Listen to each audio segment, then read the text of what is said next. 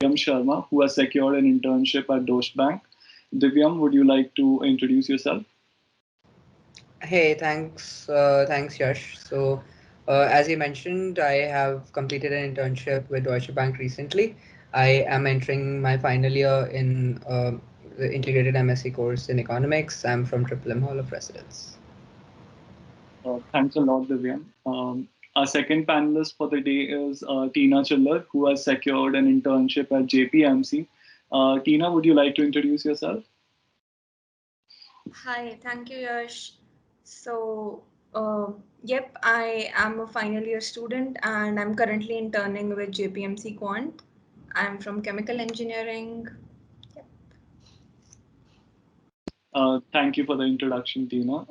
Our final panelist for the day is Shashank Sinha, who has secured an internship at Nomura. Shashank, would you like to introduce yourself? Yeah, sure, Yash. So I've actually been interning at Namira. So right now my internship is going on, and I'm also entering my final year this semester. And I'm from the Department of Industrial and Systems Engineering, and I'm a boarder of Lal Bahadur Shastri Hall of Residence. Great. Thanks a lot, Shashank. So I would firstly congratulate all of you for securing such amazing internships and accomplishing all of the stuff you have. So it will be a great discussion when we have such great panelists and such experience on our desk.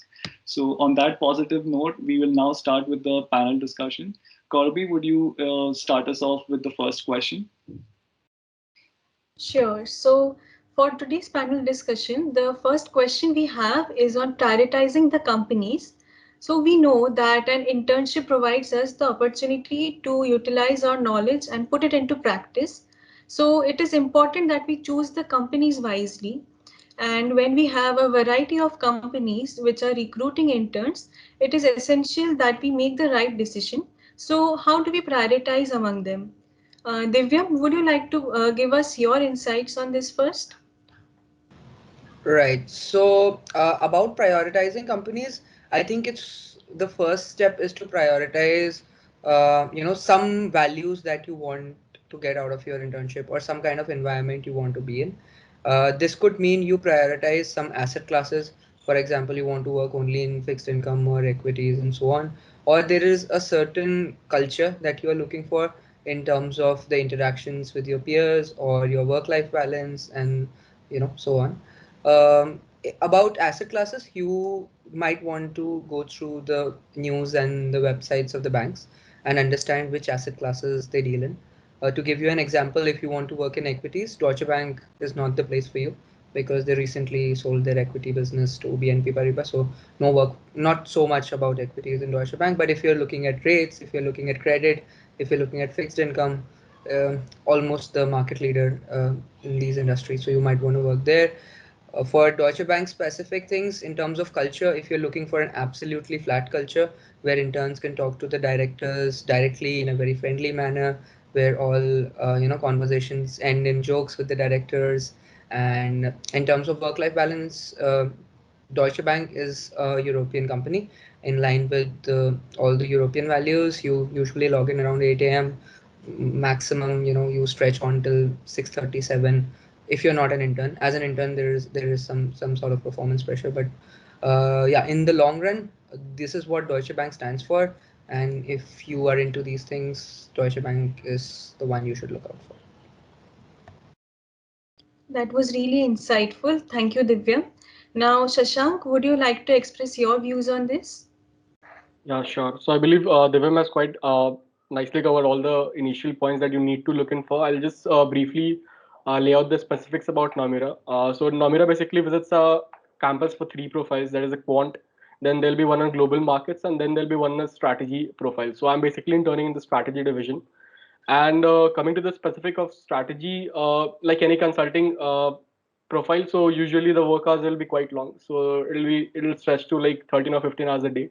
And since the bank has a Japanese culture, so again, like in line with those culture, you can expect okay the work hours will be quite hectic compared to the other European banks as Devin mentioned or the other American peers. So that is something that you need to be sure of before you're joining Nomura, that you're willing to stretch for those long hours.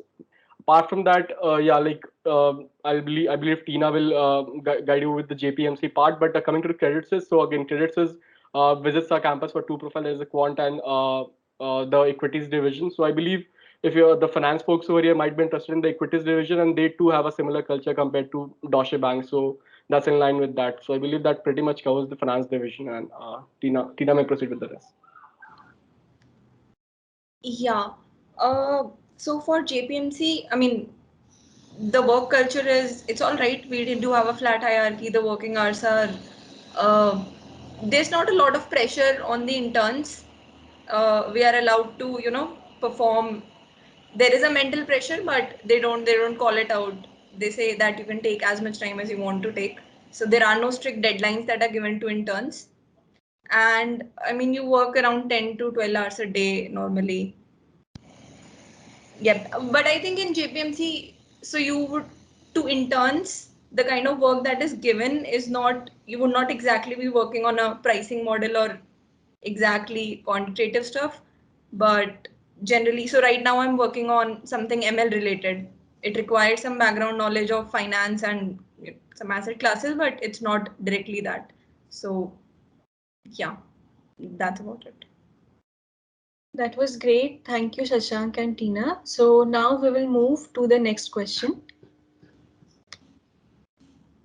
Um, there's always a doubt about the selection procedures for the companies that offer internships, which makes the entire process a bit daunting for the students because the first time you walk into the cell and there's no clarity upon what is happening and what is the general procedure. So, could you highlight a generalized selection procedure for the sector? Tina, if we could start with you. Right. So for quant, generally there's a test and then a shortlist comes out followed by the interview. The test consists of questions from prop stats, some mathematics, logical reasoning, and coding as well. So I'm talking about JPMC, quant, and I think, yeah, quant companies, they have a test followed by interview. That's pretty much it. Also, so my interview, I had 4 interviews. I think this varies from company to company. Yeah, I had 4 interviews, and they were trying to, they see your problem solving ability and how, I mean, yeah, the standard things that are seen in the interview. Um, I think Divyam and Shashank can talk about the finance part of it. Yeah, Shashank, can you carry it forward with it? Yeah, sure. So, as Tina talked for the quant profile, so that's pretty much it for the quant profile. Just adding to that, in credit phase, most probably you'll have a shortlist, CV shortlist, and then you'll have a quant test post that for the equities division. Apart from that, coming to Nomura specifically, so Nomura comes for three profile as I mentioned before. There's a global markets division, quant, and then there'll be the strategy division. So first they'll have a CV shortlist. They'll shortlist around 40 folks in the campus around all the three profiles that they come for. Then there'll be a GD, first on GD based on some general awareness about the markets. That'll be followed by a case study. They'll give a case like a 12 or 15 hours case that you have to solve. And post that case study, there'll be again a discussion on that case. And post that, you'll finally come to the final interviews, and then there'll be an HR round. So that pretty much sums up Nomura part. I mean, for all the three profiles, that is the same structure is followed. Similar goes for credits, and I believe Divyam can cover for Deutsche Bank. Yeah, so you guys, I think you covered most of it. For DB, the only different thing is that they have a personality test. It's a very heavy focus on personality sort of company. So they have a personality test in the beginning. It's a 30 minutes test. I believe there are 20 questions. And the catch with the personality test is that they will test the same value 2 or 3 times during the test in different forms, in different scenarios. Make sure that you are consistent. The second thing is that they will be testing you on speed. So make sure you're not too fast, not too slow. I think they will give you an infinite amount of time, but they'll tell you, the ideally you should finish the test in 30 minutes. Make sure you finish the test actually in, close to 30 minutes. And also per question time should be, roughly 1.5 minute to 2 minutes. So make sure about that. About interviews, I had in DB you have 3 to 5 rounds of interviews, including one partner round, which is sort of like an HR and a fit round. And so I had two tech or finance rounds and one partner round. All right, that was a great detailed discussion. Thank you, Shashank and Divyam. Moving on to the next question. So we know that a good CV always helps us to build a good impression on the interviewer. However, this year the CV portal will be closing tomorrow. So most of the students having CDC this year will have already made their CV. Still, if you all think that there are some points which they should know regarding this but may have missed out, then please enlighten us on that. Shashank, would you like to begin first? Yeah, sure. So first of all, please don't make any changes in the CV right now because there'll be a lot of chaos and your things might not get saved, so entire thing will be get distorted. So please don't do that. Coming to the major part, so basically, finance firm. I'll talk about Namira specifically. So Namira basically in the quant strategy profile, they'll be looking for PORs or if you have any finance internship. For the market profile, again, they'll be looking for some liners on finance or the usual PORs if you have some. And the coming to the quant profile, so again, they'll be looking for you have to be from MNC or CS and FP. So they prefer those people. And if you have that sort of a background, they'll mostly shortlist you. So just I mean you have need to have either you need to have some if you are CFA or FRM that's well and good if you are those candidates also that'll do or if you have done Bloomberg market concepts that helps or any other basic finance courses that you have done or any other internships that you have done that don't expect much just one liners or one internship or maybe a couple of courses and most probably you'll have a shortlist given that you have a decent CV all around so that's pretty much it. Okay, that was really informative. Now, Divyam, would you like to go next? Yeah, so I think DB is not very different from Nomura in that sense. The only thing, for, at least during the shortlisting process, the slight difference would be the weightage given to CGPA. So DB will be a little more CG centric in that sense. So not much you can do there on your CV. As Shashank mentioned, don't try to change your CV too much. A couple of things I would tell you for for any investment bankers, make sure there are no grammatical errors. One and two, try to make sure that any finance relevant internships, projects, courses are right at the top because in an online fashion it's very difficult to go through the whole CV because they usually zoom in, so what is at the end may get left out, so just make sure of that. Okay, that was really helpful. And Tina, would you like to add something? Yeah. So I think for JPMC, CGs, I think CG is a criteria. It's not explicitly mentioned, but it's implicit. They do not shortlist people having low CGs. Uh, Also, I don't think I did not have any finance related thing in my CV, and people who were shortlisted with me in quant, I don't think some of them also did.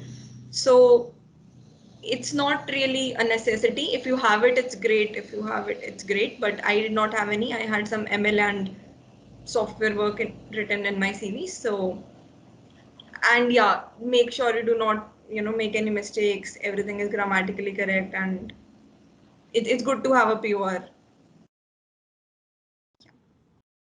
Okay, thank you, Tina. So now we will move to the next question. I think this question appeals to every one of us. Last minute preparation and rush is an integral part of a student's life, from the exams to the internships to the final interviews. We are always rushing in the last moment. So there's always this anxiety and pressure related to the day before the interviews. And how do you deal with it? And how do you not carry that forward into the interview? And because if this anxiety is carried forward in the interview, we tend to mess up in the interview even if we know most of the stuff, but we tend to mess it up. So how do you curb this anxiety and pressure and carry it forward in the interview? What do you do in the last day preparation? So Divyam, would you like to take up the question? Yeah, sure, man. So I think last day preparations will be, how you prepare for the last day is also important than what you actually do on the last day.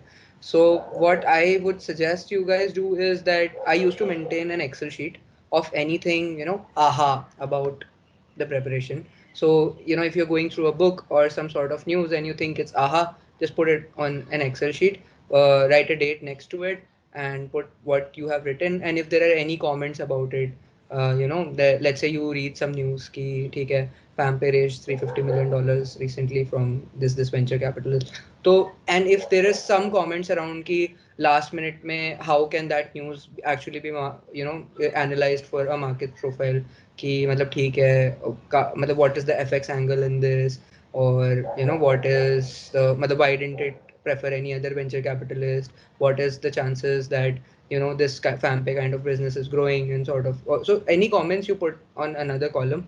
And when you go through that sheet on the last day right before your interview, that gives you a lot of confidence. And I'm not just talking about news, I'm talking about anything specific to asset classes also, any models, anything you think that you frequently, make mistakes in, or maybe you are solving some questions and there's some very aha concept that, that you just come across, you put that on the sheet, and you read that sheet on the last day.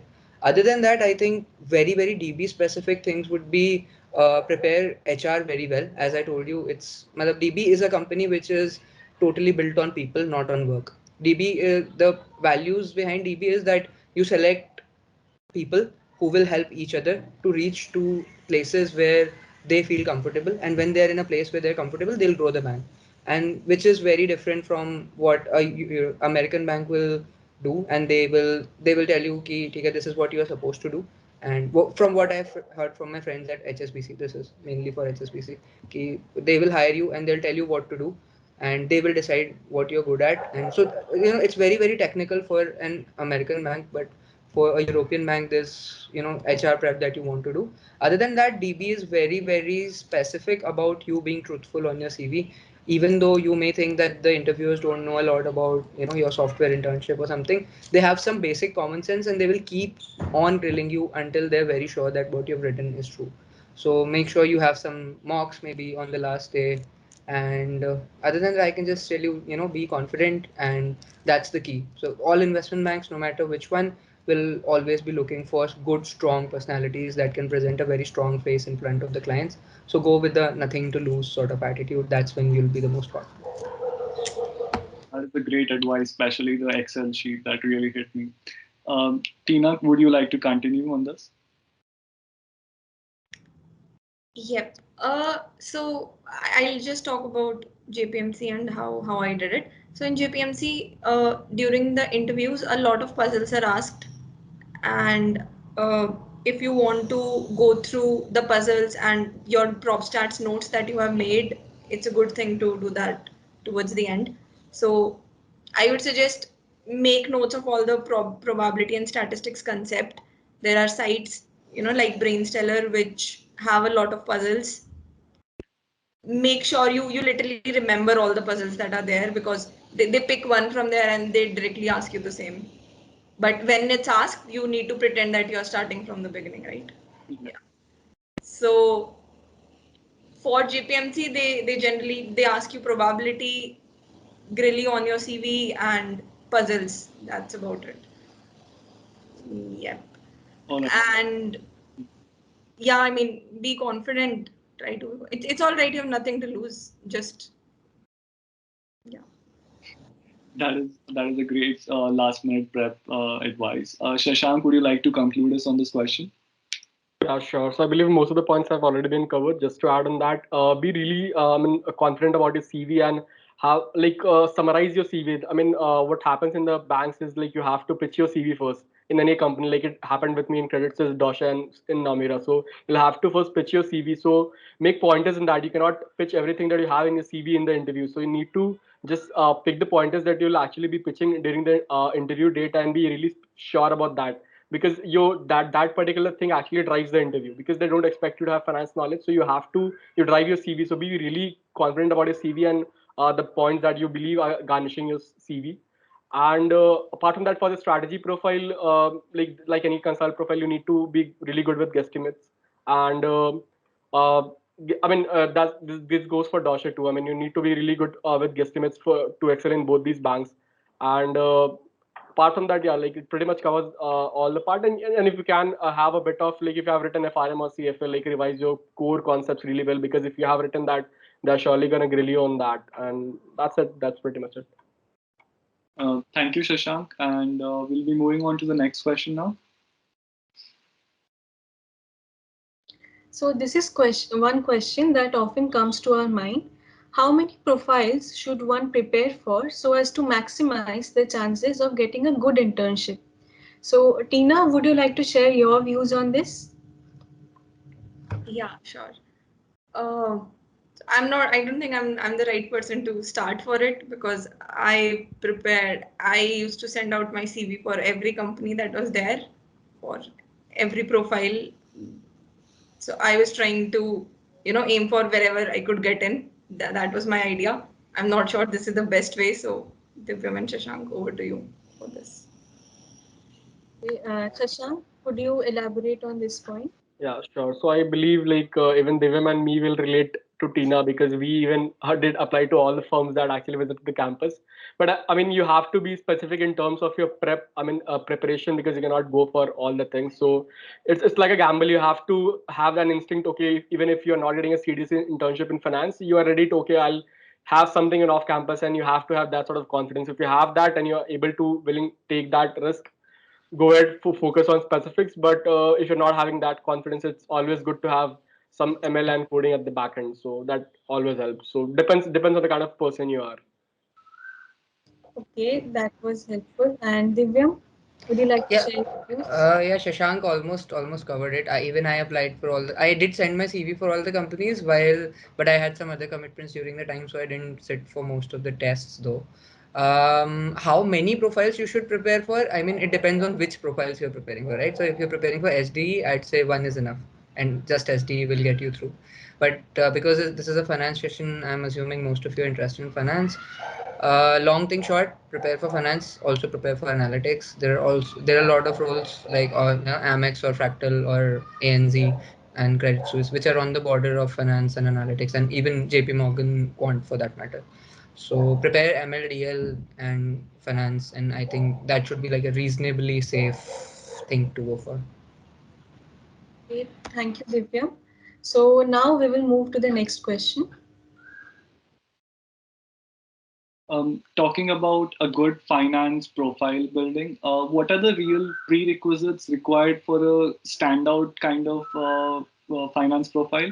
And could you also highlight some important components that make up a good profile that really stands out in the eyes of the interviewer? So, Divyam, would you start us off?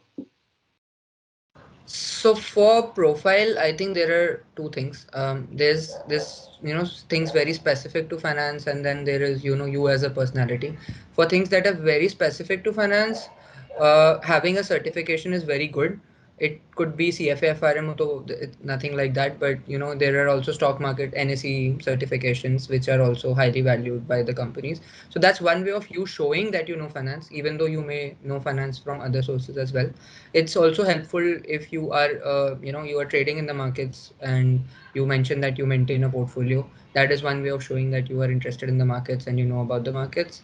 That in brief, that's it about your personalities. If you are confident about yourself, do go out for PORs. Not And it will help you in finance definitely, because at the end of the day, like, most of finance is sales, and for sales you need a very strong personality. And even when you imagine investment bankers, it's like four people sitting in a room with a whiteboard and thinking about कि ये trade book करनी है, कि ये trade book करनी है. And in that sort of a scenario, you need people with a very strong personality, right? And तो उसके लिए, if you get a chance at PORs in your campus life, do go for them. They have helped me a lot. They have given me friends. They've given me a better personality than what I came in. Also helped me a lot in finance. uh, Other than that, if you get a shot at good finance internships, which are very hard to get off campus, but if you do get them, core finance internships in like advisory or like core trading or something, do go for it and write it very well in your CV. Okay, those were really great pointers. Tina, would you like to add on something to it? I think Divyam consolidated everything well.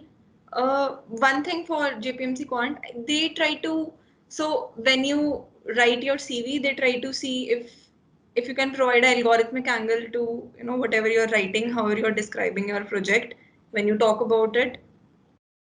That's good, because at the end of the day, in JPMC Quant, they see your problem solving ability. Yeah, that's something from my side. That's a good add-on. Shashank, do you have anything to add to it? Yeah, sure. So, I mean, I believe not really, even if you don't have something of finance, you may actually get a shortlist in Dosha if you have a good CGP or you have POS and all those stuff. So, you don't actually need to have finance. You may be getting shortlisted in that profile. Even in Nomura strategy, you may get a shortlist. But again, coming to specific profiles like global markets, they'll be needing some sort of that background. If you have that internships or some of the certies that you have, that will help. So that's it. Great, that was some great advice. Moving on to the next question. So now everyone will be in the preparatory phase for the different tests and interviews. So it will be great if they could have a clarity on the level of expertise that the interviewers expect from us when appearing for the finance profile. And are there any shortlisting tests or something that are conducted for getting the same? So, Shashank, would you like to begin first? Yeah, sure. So coming to the shortlist, so I believe quant profiles will have a shortlisting test. Nomura doesn't have one. Even Dosha does not have one. Only a personality test, which Divyam told. And like JPMC quant will have credit sys, equities will have. So most of the profiles of credit sys will be having that. Same goes for HSBC. They'll have a test. Apart, so only Nomura and Dosha falls in the category where you won't be actually having a theoretical test or like no, a subjective one. So and apart from that, expertise in finance, so they don't actually expect some expertise in finance. Whatever you have written in your CV, like even if you have written like a basic course in finance, then they'll grill you on that. So it depends like how you have presented your CV. If you have written like CFA, then obviously you need to be really prepared with the concepts of the exam, and like similar goes for FRM. And if you have done an internship, let's say, so you need to be really good with the things that you did during your internship. You cannot just fake it, or you cannot just go unprepared with that. So whatever things you have written in your CV, that is something that's checked. As I told before, also like you have to pitch your CV in the starting. So when you're pitching your CV, make sure that the points that you're confident about, you're pitching those first. And if there are finance points, they'll surely grill you on finance. And if they're not, they won't be expecting that. They'll move diverge from that. So that's it. That was really insightful. Thank you, Shashank. Now, Divyam, would you like to say something about this? I think about the tests, Shashank was pretty clear about it. DB tests I already told you about. Any other tests will either be, logical reasoning, CAT type tests, or they will expect some element of financial news to it. So you need to follow that. About the level of expertise, it's not really required. But the catch here is that because the hiring numbers are so few that if others have it and you don't, they will be preferred against you, given all other parameters like personality, HR, and all of that are equally good. In that case, if I don't know when you guys have your interviews, but if you have a few weeks, I would suggest you, at least for one asset class, you do it very well. And my suggestion would be go for fixed income because all banks have a fixed income business. You're more likely to be facing a fixed income interviewer than any other asset class. Go for fixed income and do it like thoroughly. How do you like hedge a bond, DVO1, Macaulay duration, graphs, and each and everything? Be very, very clear about it. Mostly the interviewers will give you a chance to, tell which asset class you're confident about and say fixed income there. And there'll be a lot that they can ask you. There'll be a lot you can be confident about. I think it just works out for the best. That was really helpful. Thank you, Divya. And Tina, anything you would like to add to this? I think Shashank and Divyam consolidated it well. Nothing from my side. Okay, so now we will move to the next question. We talked about the day before the interview and the anxiety related to it, but the actual interview, the D-Day, is filled with anxiety for the students who are taking it up. So we talked about how we get prepared before the interview, and now how do we get composed during the interview? Can you provide us with some pointers on how to reduce this anxiety and be well prepared for the interviews? So Tina, if you could start us off.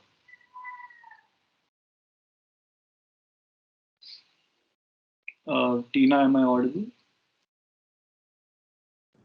Yep. So, I mean, the most important thing is that you're confident and be confident about your CV, about whatever you have written, and that will only happen if you have prepared well. So, prepare well. And I think in interview. So if a problem is given to you, you know, speak it out, talk it out, explain your approach, how you are going to approach the problem. The interviewer will correct you if you're going in the wrong direction. And so if you're given a probability, I'm talking about JPMC. So they generally give you probability questions, maybe some coding, maybe they'll ask some coding question or some puzzles. Ask questions whenever a problem is given to you so that you have a complete understanding of the problem. Show them that you're trying to understand the problem. Yeah, and talk it out. It's all right even if you do not get to the right answer. It really is all right. It's and try to have a flowing conversation with the interviewer. Make sure the interviewer also talks in the interview and it's not just you, right? I think towards the end, it's good to. So generally, there's a trick question. If you want to ask something towards the end, please ask something. It's important.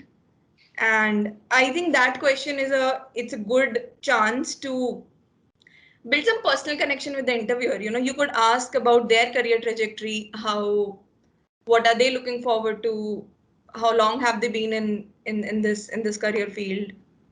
That makes the interviewer feel good. All And right. yeah, that's about it. That was really great advice. Divyam, would you like to add something from your experience? Yeah, I think what Tina said is, obsessively follow that, what she said about during the interview. About the last question, yes, it is. Everyone in an investment bank will tell you that this is an ultra important question. And why this is true is that everybody asks questions to investment bankers, whoever they meet. Because, retail banking is a very straightforward business. Ki main gaya 6% pe FD karai, they give it out at 8%, 2% is the PNL. Very straightforward business. What is the business of an investment bank, how they make money, what are the asset classes? It's like the most complicated thing in the world. If you Google ki how does JP Morgan make money, you'll probably not end up with much. So that's, that you should really show your curiosity, that you want to understand the business, and also if investment banking is the right fit for you. That is one bit. How I would like to throw some more ideas on how you can ask these questions is, follow the LinkedIn pages of these banks, follow their news. So you will see most of these banks are talking about ESG. They're talking about, cryptocurrency as an asset class, and there may be a lot of other themes, right? कि मतलब क्या करना है, about the central rates in EMEA region, how are they affecting the banks, and so on and so forth. So if you are, very targeted questions, very pointed questions, okay, I saw this post on LinkedIn. You talked about ESG. Can you tell me more about how ESG is defined in a frontier market or a emerging market? So questions like very specific questions will give you a huge edge over other candidates, because it shows that you have done your homework and you have come in. That's one bit about anxiety. Other things that make you anxious is, like, in general there is a sense of anxiety even when you're not in the interview. In that case, it might not be the worst idea in the world to have your mother around you, and that's the kind of luxury you have right now. Your parents, your brothers or sisters, even a senior, you could video call them, you could call them. It always helps to reduce the anxiety. And other than that, yeah, I mean, because you're in an online setting, something that will make you anxious is your internet issues, your laptop. And if it switches off in the between, and Placecom sends you a message to join the link and your laptop goes off, you don't want something like that. So make sure you have at least two laptops, you have at least two headphones, you have at least two very stable, at least 20 mbps, 30 mbps download speed internet connections always at your disposal. It will help you be less anxious.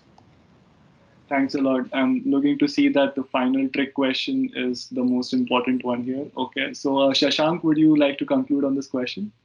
Yeah, sure. So I believe they have pretty much covered the end parts of it. Just to add on the starting part, so basically, like as I told before, also like they'll ask to pitch your CV. So make a story around you. Like let's say like my story was on why I chose industrial, or why I chose finance. So you need to have a story, and your internships, your all your CV points need to be driven by that story. So make a really good story in the first hand. Apart from that, make an interview into a discussion. That's the key to crack any interview. It needs to be a discussion. As Tina mentioned, it has to be personalized. So make it really personal, and that's the key. Like speak your mind, whatever comes to your mind, just speak out over there, and that will be the key. And apart from that, I believe all the points have been covered. Thanks a lot, Shashank. Okay, so we'll be moving on to the next section of the discussion. Korabi, if you take it up. Yes, so now we will be starting with the Q&A session, and we have collected some very frequently asked questions from the student community, and it would be great if you all could answer them now. So the first question that we got is, does having some knowledge in programming and the analytics profile give us some edge over others in the finance profile? So anyone who would like to take this up? I think Tina, you take this. This is the most relevant one for you. So for quant, I would say it's a must. You need to know programming. Your test will have, I guess there are two coding questions. And if you have ML in your CV, that's great as well. For quant profile, if you for JPMC quant, I think it's a must. Okay, thank you, Tina. And Divyam and Shashank, anything you would like to add? The way I see tech is that you'll have some buy side roles, you'll have some sell side roles in finance, right? And buy side is miles ahead in terms of technology as compared to sell side. So if you have like a capital group coming in or a DSP coming in or a DE Shaw coming in, they are buy side firms. They have a lot of tech going on and there is a lot of opportunity that you can grab in tech. So for a buy side role, if you are looking at that side of the market, definitely you need to know some kind of tech. It will give you an advantage. The sell side, the investment banks on the other end, they are very slow relatively. There'll be few algo trading divisions here and there and some tech going on in terms of automation, but not so much, uh, at least for the market roles. So if you don't know tech, don't be nervous. I mean, you can always target the market role. If you do know some data analytics, at least some basic Python syntax, and if you've done maybe one or two projects here and there, I don't think there is any reason for me to believe that it will not help you. That's really great.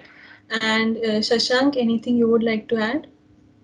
Yeah, sure. So I mean, it gives you an edge in the quant and all profiles, but coming to the co-finance or the strategy profile, I don't think that will provide you any sort of an edge. So no need to worry if you don't have that background. If you have, well and good, but doesn't really matter for a strategy profile. So you can skip that part if you're facing any issues and you don't have that part in the CV. That's nice. Thank you. And now we will move to the next question. Um, the other most frequently asked question is how much of your personality is actually judged apart from your technical knowledge during the interview? Because there is a myth or maybe a fact that the personality that you display during the interview is has more weightage than the technical side of things. So, does the personality play a major role? And would any one of the panelists like to take up the question? Yeah, I think I'll take that because I have a very straightforward answer, 50-50. Personality is 50, tech is 50 if you're targeting Deutsche Bank. It's a very, very, very personality focused company. Every interview, at least 30% will be based on your personality, and the partner round will completely be based on your personality. So, yes, personality is very important. And every time you step into the interview, you as an interviewee, you get nervous when you step in. Deutsche Bank will hire people where the interviewer gets nervous कि भाई इसके अंदर इतना confidence कैसे आ गया? How is he talking as if he's regular Monday? अच्छा DB का director है ठीक है. And who's joking around, who's very comfortable. Till now, I remember I cracked a joke in my partner round, and the partner keeps pinging me, and he always refers to me as the guy I hired you because you're the guy who cracked the joke. He tells me that. So yeah, very important for DB, at least for DB, very very important. That's a great number. A 50-50 sounds great. Shashank and Tina, do you have anything to add to it? Sure, I believe it goes same thing goes for Namira. Even I believe for the strategy profile, personality has carries even more weightage compared to the technical skills because it's all about your personality. I mean, you have to interact with people, and that is what the role is all about. So I mean, yeah, it covers. I believe it's an 80-20 split if we are talking in terms of split. So please be very sure about your personality. Have a story and have a discussion and show them that you're confident and they're not hiring someone who's really underconfident or something. You need to really need to portray your confidence out over there. So that's what the key is. Thank you, Shashank. Tina, is it the same case with the quant profiles, or does the partition vary? for the personality? Yeah, I mean, personality is really important. I would say it's important that you're able to communicate well. You're able to communicate something which is really complex in very simple terms, and you're able to make the person in front of you understand it. So, communication, how do you articulate your thoughts? I think they also try to, throw questions at you, which you don't know, which I think you're not really supposed to know, really hard questions, and they try to see how you react. So, yeah, matlab, prepare for that. It's all right if you don't know question. It's all right if you don't know 5 questions in a row. I did not in my interview. It's still all right. That's Yeah, really, I mean, so these aspects of the personality are important, and matlab, tech part is also important as well for quant because they'll ask you puzzles and questions and prop stats and coding. So yeah. that's really insightful. Thank you, Tina. Moving on to the next frequently asked question. So now that we are talking about different job profiles in this whole week, so what is the difference between the finance and analytics profile? So anyone who would like to go first?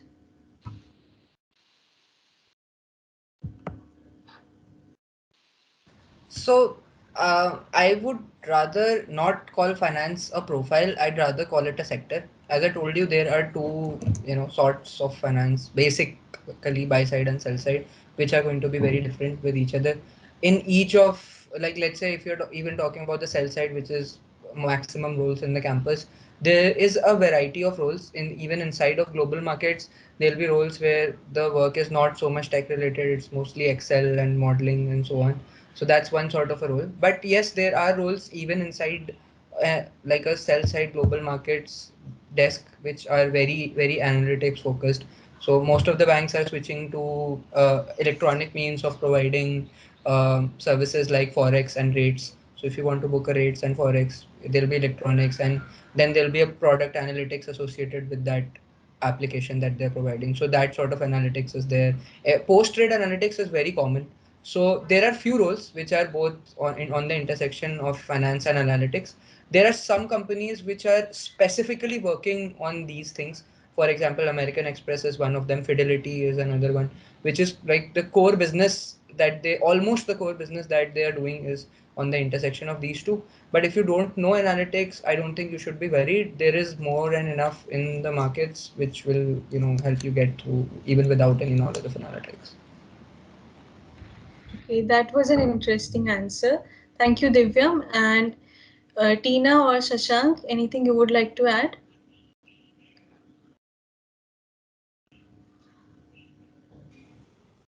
I think the Vim covered it well. So, yeah. Okay, so now we will move to the next question.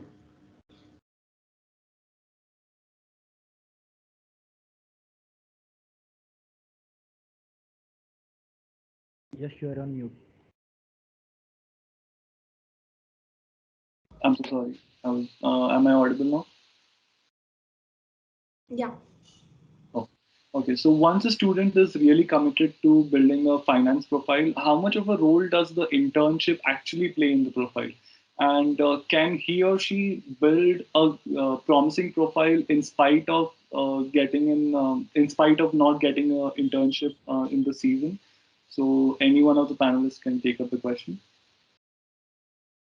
Sure, I'll take that. So coming to the internship part, so that's I believe that's really crucial because uh, all my interviews and all of the firms that I interviewed for revolved around the internship that I did because it really helps to portray the story that it tells. So that's really crucial. But yeah, if you don't have that, you need to have really strong points to cover that up. I mean, you need to have a CFA or an FRM, some sort of that level certification, or any other spike that you can have in your CV. But I believe like without that, you need to have really good certification or really good POR to cover that, or some projects if you can have it under the professors, that also helps. Or if you can have those Bloomberg market concepts, all those sort of certifications, that may help. But yeah, it's difficult to cover that up if you don't have an internship. It becomes really difficult if you are lagging on that part. Makes sense. Thank you for the answer, Shashank. Divyam was, Tina, would Yeah, you? yeah. A small question for you guys. So, when you say the internship, does it mean like the CDC internship you're sitting for, or any previous internships that you've done? Which one have Uh, you done? any internship in general. Since we are Okay. on CDC, we can talk about that in specific. Okay. So Shashank talked about the off-campus prior internships. About the CDC internship, it will help you a lot to understand if the industry is for you or not, because and it will give you a lot. So I did not know anything about investment banking. What is investment banking? What are the products? And so it will help you a lot to understand what finance really is, how it works, how do banks make money, and if there is any role for you in how they make money. Can you make money for them? And if you like doing that, and if you are comfortable with the kind of work life balance that it gives you. So yes, the internship is very helpful. It will help you build a lot of contacts. Even if you don't end up joining the bank for a full time role, it will help you a lot in terms of networking.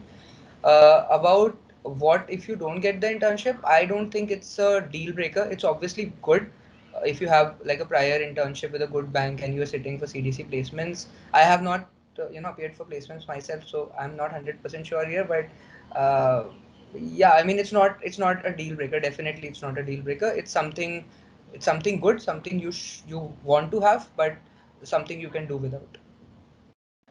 Makes sense. Tina, do you have anything to add to it? Okay, so moving on to the next question. So, in this current scenario, even our classes are being held online. So, many of us must have enrolled ourselves in some online courses. So, are those courses worth mentioning in our resume? So, anyone who would like to begin? Yeah, I think Shashank already covered this one. So if you're very confident, if you've done it well, do mention it. If you've somehow just got the certificate by hook or crook, don't mention it because they'll question it on it. So yeah. Okay. So, anything else Tina or Shashank would like to add? Okay, so now we will move to the next segment of our panel discussion. Okay, so questions from the audience. So we would now be taking up the questions from the chat box, and the audience is highly encouraged to ask their doubts actively in the chat box because they'll all be taken up and put up in front of the panel. So if you want your doubts clear, just put them in the chat box right now, and we'll take it up.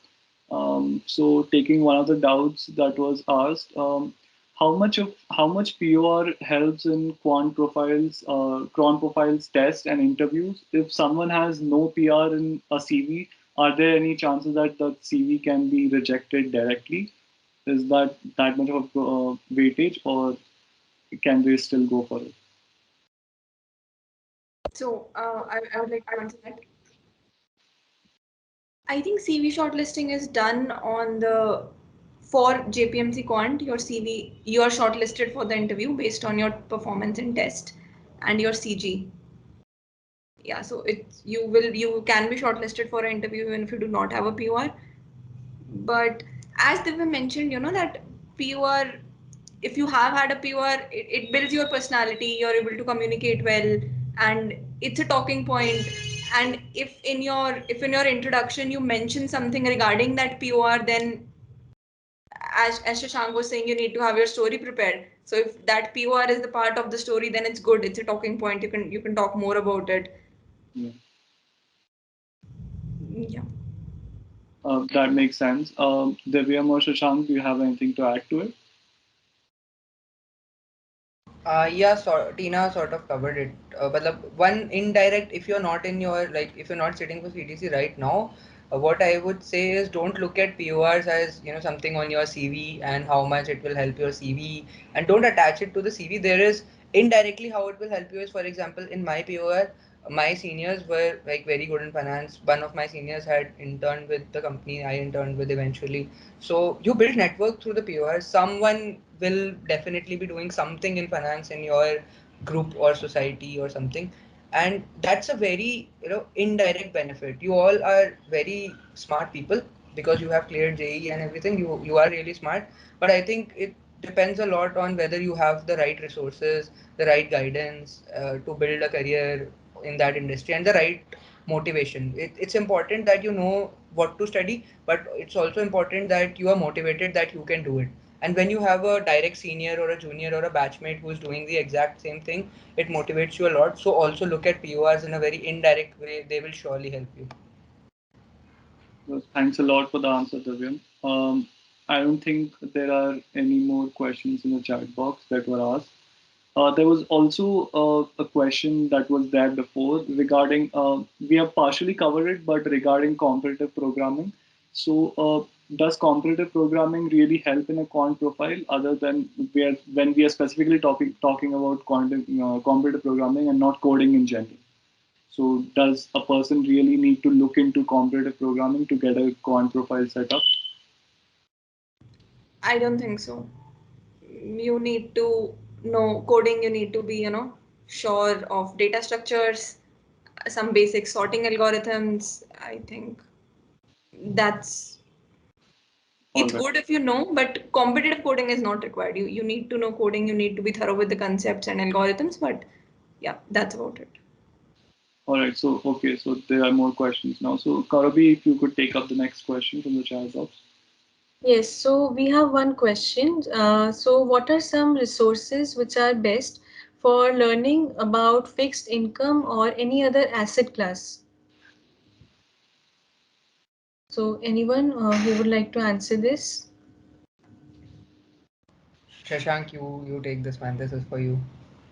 Okay, sure. So basically, you can go through FRM curriculum if you have done that. Even if you don't have done that, you may take FRM books. They are freely available online. You can go through that. But since now it's the last time, I don't think you'll have those resources. So it's better like you can follow Ashwath Damodaran on YouTube. I mean that's one of the sources you can refer to for basic finance knowledge, like any other finance, not particularly fixed income, but anything that will help you. Apart from that, basically follow news, try to follow news that gives you a sense of what's happening, what's not happening. So have like when they talk about rates, so they won't actually talk about how rates are fluctuating, uh, affecting different asset classes. So you need to have a sense of how rate actually works. So follow market news for that, follow FinShots if you can. And apart from the courses, like you can have a basic courses in your FP, like the VG Som offers. So I mean that covers some part of the Bloomberg market concept, even that helps. So that's pretty much it, I believe. Okay, thank you. That was a great answer. Now we have another question that our institute offers a course on financial engineering. So, how much does it help a student if he avails that but does not have any POR? So, will it give him or her any edge over others? So about edge in CV shortlisting, I think yes, because it kind of shows that you are inclined towards finance. That's why you're doing a master's in finance. So I mean, of course, it's not like 100% wage to FP and something like that, but definitely you can expect 5 to 10% weight because you are an FP student. In the interview, I don't think it matters a lot. It just matters if you have done your courses right, you will know finance better than others, so you'll be able to answer. That's the only thing I can foresee. Thank you, Divyam. So, Yash, could you take on the next question? Okay, I see another coding question over here. So, what is the general difficulty level of coding problems in test of companies like JPMC? So, this is a very specific question. Tina, would you like to take it up? Yeah, so um, I think difficulty level is relative. It depends from person to person. So I think I can. So in JPMC test, I think it's basic. It's medium level difficulty. If you compare it with test of Nutanix and SD companies, it's easy. It's medium level, right? Also adding to the earlier question regarding competitive programming, if C competitive programming is necessary or not. So in your test, you would have to answer a question really fast. You would have less time, and if you have practice, then CP kind of helps you prepare for that. All To right. to work in time constraint, if you're able to solve a problem in time constraint or not. Yeah.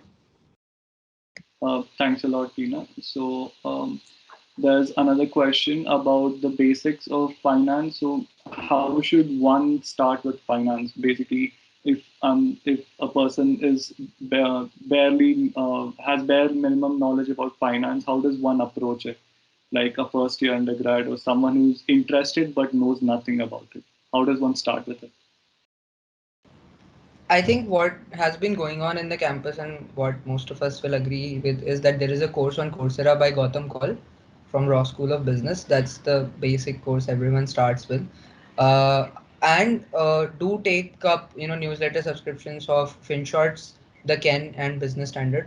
So FinShorts will give you like a markets, Indian markets overview and somewhat global markets overview. Ken will give you news related to PEBC and Business Standard will give you like global markets overview and even for that matter M&A advisory sort of outlook it will give you. So start off with that. After that, figure out if you are interested more in derivatives side of things or general finance side of things. If you like general finance, go for a CFA certification, at least a CFA level 1 certification. And if you are, if derivatives is what interests you and hedging is what interests you, go for a FRM Part 1 certification. All right. So Tina, do you want to add something to it, or Shashank? All right. So moving on to the next question. Does doing JEE PNC, that is permutation and combination, and probability plus institute prop stats course is enough for probability and stats, or does one have to do anything external or anything more than that? Okay, I would like to take that up. Theoretically, it's enough, but practically, I would suggest you do 50 challenging problems out on the street, brain stellar for puzzles, because a lot of questions are directly asked from these books. So, yeah. All right. So I'm not a like a prop stats champion or something, but just 2 cents from my side would be about the institute course. I mean, don't do the whole thing, which most people end up doing. Multivariate probability is like a second degree problem. Once you are master of one variable probability and statistics, then you look for multivariate and interactive probability between 3 4 variables and all of that. Hypothesis testing also, although when you work in the bank it will be like a daily thing that you are doing, but when they ask questions it's not the first thing on their mind. So make sure that you have done expected value calculation of one variable probability and statistics. Once you have mastered all of this, then you go for hypothesis testing and then you go for multivariate. All right. Shashank, do you have anything to add on this topic? Oh, no, that's pretty much it. Thanks a lot, panel, for the chat box questions. I think that covers it up. So we are moving on to the final section of our discussion today. So now that we are coming close to the culmination of the event, we would like to ask the panelists for their words of advice, the final words of advice, and any other point they think the discussion couldn't cover today. This would be a great help to the audience present and anyone who will be watching the discussion. So the CDC Junta awaits your Fundae. Can we start with you, Shashank? Yeah, sure. So I'll just reiterate the point that I've told before. Like, first of all, be really confident about what you have done till now. I mean, you must have like be done with your CV making, so there's not much you can do over there. So start preparing your story, start preparing the points that you are putting in your story and the technical concepts that go behind them. Master them really well. And apart from then, the test will be beginning shortly, I believe. So prepare like good for the test. The three sources that Tina told about prop stats. That I mean, that is something that goes for any other firm that are visiting the companies that are conducting tests. Apart from that, I have told for CV the points that have a story and all those goes well. And just I mean, before the day of the interview, be really relaxed, be calm, and like have a sense that okay, even if you don't get a CDC internship, that's not the end of the world, right? I mean, there's a plethora of opportunities available outside, and you can always have that. So have that sort of a confidence, and yeah, that's it. I mean, all the best. Tina, would you like to continue? Yeah. So I think it's an exhausting process. So maintain your calm, have friends as your support system. Reach out to seniors if you want to. I mean, you would have to practice mock interviews with your friends. And I mean, yeah, Ash, it's like we are just 21-year-olds. We have nothing to lose, right? So go into this process with, it's exhausting, but go into it with confidence, and even if you don't get it, it's completely all right. Right. That's about it. So yeah, all the best to everyone. Thanks a lot, guys. Divyam, if you could So, conclude with this. yeah, so like one thing that was not covered and what you must know is what the internship experience exactly was like, and in an online scenario, especially with how it exactly feels like to work in an investment bank. Maybe Shashank and Tina can also take a couple of minutes and talk about that.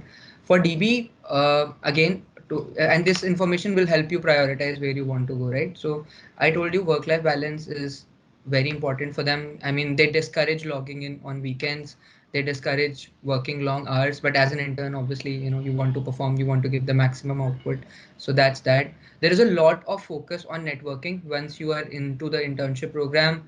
Every single call is about networking. There is a lot of focus on getting people involved as interns. So it should not be like you're just sitting and doing something. सुबह सुबह से बैठे रात को सो गए फिर सुबह उठे, ऐसा नहीं होता है. They try to keep you as involved as possible.